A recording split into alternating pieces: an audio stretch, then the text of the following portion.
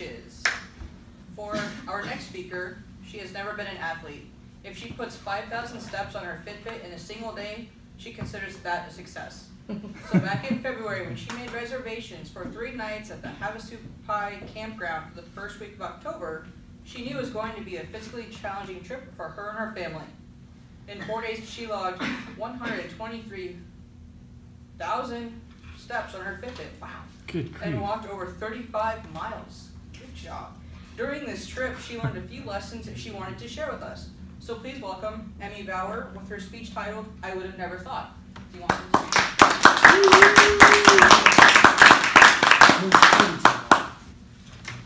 I would never have thought that I could ever accomplish those things that she just introduced me with. 123,000 steps and 35 miles in 4 days. I would never have thought. A year ago, I had surgery, gastric surgery, and since then I've lost about 60 pounds. So before that, the idea of a camping trip in the middle of the canyon that I had to walk 10 miles to get to was completely foreign. I would never have thought that I could do that. But we did it. Here I am today. I'm still on my feet, still able to walk, and I have learned some wonderful lessons from this experience that I wanted to share with you today.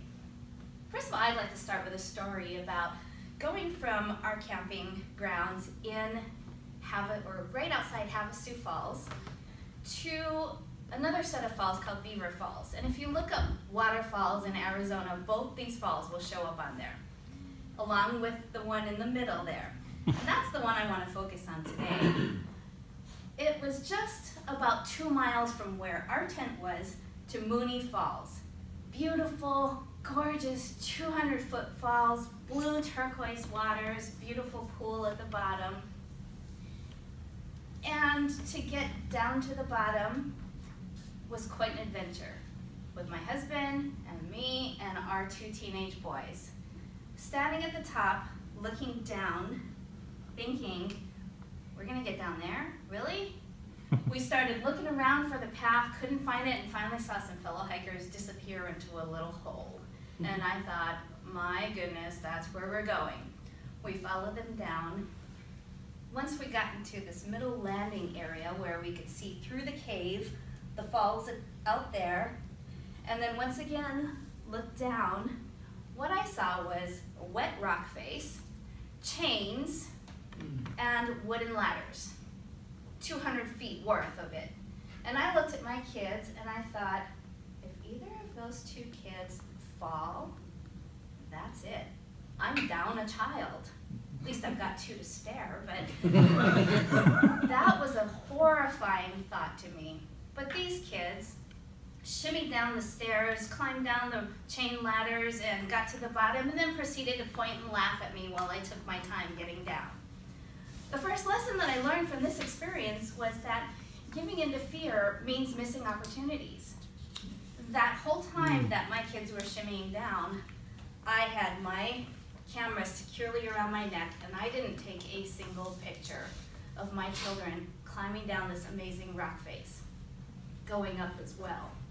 But I missed that opportunity to get pictures of a once-in-a-lifetime activity for my children, all because I was afraid. But I had just enough bravery to let them do it, and I enjoyed listening to them laugh at me on the way. Once we got to the bottom of Mooney Falls and took our pictures, we decided to continue on for another 4 miles to Beaver Falls, which is beautiful in its own right, a little different kind of a beauty, shorter falls, but still multi-tiered and gorgeous. Now that was an adventure in itself, but that wasn't really the focus of my lesson number 2. Lesson number 2 involved the process of getting back to our campground. After 6 miles of all of this very grueling up and down vertical hiking, we got back to our campground and we're looking forward to a hot meal. My husband turns on the propane tank, lights it, and in 30 seconds it turned off. We had run out of propane. There is a store that we could go and buy some more propane. It's in Supai Village, 2 miles away. we really wanted a hot meal that night. We had one more day after that. I looked at my middle son and I said, "What do you think? You up to 4 more miles?" He said, "Sure, let's go." Right along the trail, right along Havasu Falls, is a very vertical path.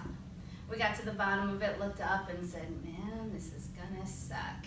And he said, "Yes." What we could have done was approached our fellow campers and said, "We are desperate. Could we please get 2 cups of boiling water from you? Because everybody has propane in those little stoves." But we're a proud family and nobody wanted to do that. So we hiked 4 miles there and back with another propane tank, put it down, grabbed our little stove. It didn't go, it wasn't compatible. 4 miles for nothing! Ah! Finally, my husband bit the bullet and asked our fellow campers, "Could you please boil 2 cups of water for us?" And we had our hot meal after that. But the lesson that I learned from that is humility, even just a little bit of humility, can go a long way. Giving into fear means missing opportunities, and a little bit of humility can go a long way. My final little anecdote here is, on our way back, we passed 3 men traveling together, probably somewhere in their 60s. They had 20 years on me or so. And between the 3 of them, they had 1 bottle of water. Well, each member of my family packed on 2 liters of water. This is to climb the 10 miles back up to the parking lot from the campground. And of course, these 3 older men just ran past us practically with their 1 bottle of water. And I thought, man, I feel so old and decrepit right now looking at 3 older men with their 1 single bottle of water that they were sharing between the 3 of them. And then on the way back, we passed one of the Native Americans who came in shorts, t-shirt, and 69-degree temperatures, carrying absolutely nothing, doing that exact 10-mile hike in the opposite direction. And I started to compare myself to them and feel really badly about my condition and my level of fitness, and I realized a year ago, this was impossible for me.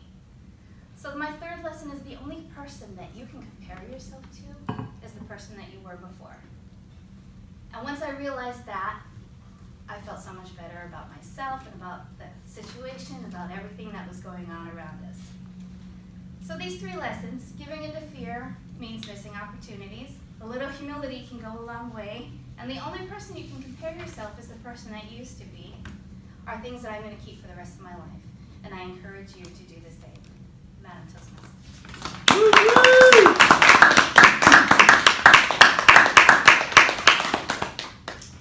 Minutes on the timer, please.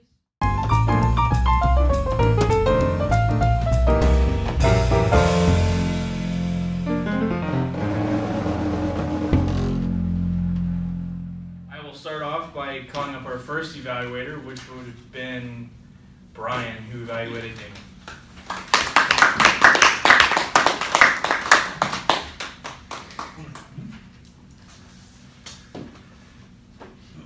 Emmy, it gives me great delegation to do this evaluation for you. It was truly an honor to listen to the way you presented, and you had great pacing, you had great variety. I mean, it was truly a professional presentation that you gave today. The one thing that I really loved was your use of pauses.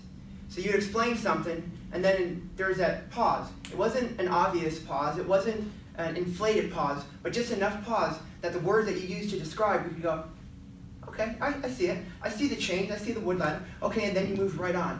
And you say, got the camera on my neck. Okay, I visualized it, and then you moved right on. And so it wasn't that you had that railroad effect going, which I have. I like just running through the whole darn thing. It was, you explain something, take that half breath, and then you move on. So it gave us the time to comprehend what was going on.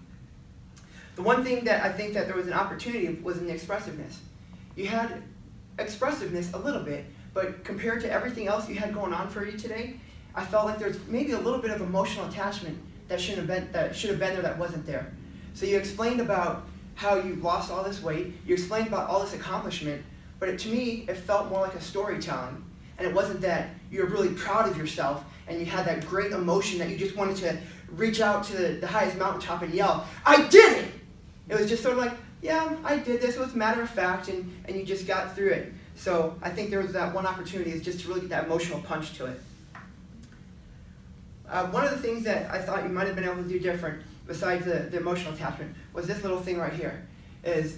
I felt like you were doing a little dance with it. You're here, and you had great natural body language, and you're talking about the tears on the mountainside, and you're over here, and then you're here, but it felt like you were inhibited by this being right here in front of you. If you had it off to the side a little bit, your natural expressiveness with your hand motions and your gestures would have been natural, and if you went from this side of the room to this side of the room, it wouldn't have been like you were dancing around the podium. And the best thing I liked about it was your interjection of humor, and specifically about if you lose one kiddo, you have two more. So you're good to go. So giving into fear, little humility, and only person you compare yourself is who you were, I think were great points to take away from your speech. Thank you.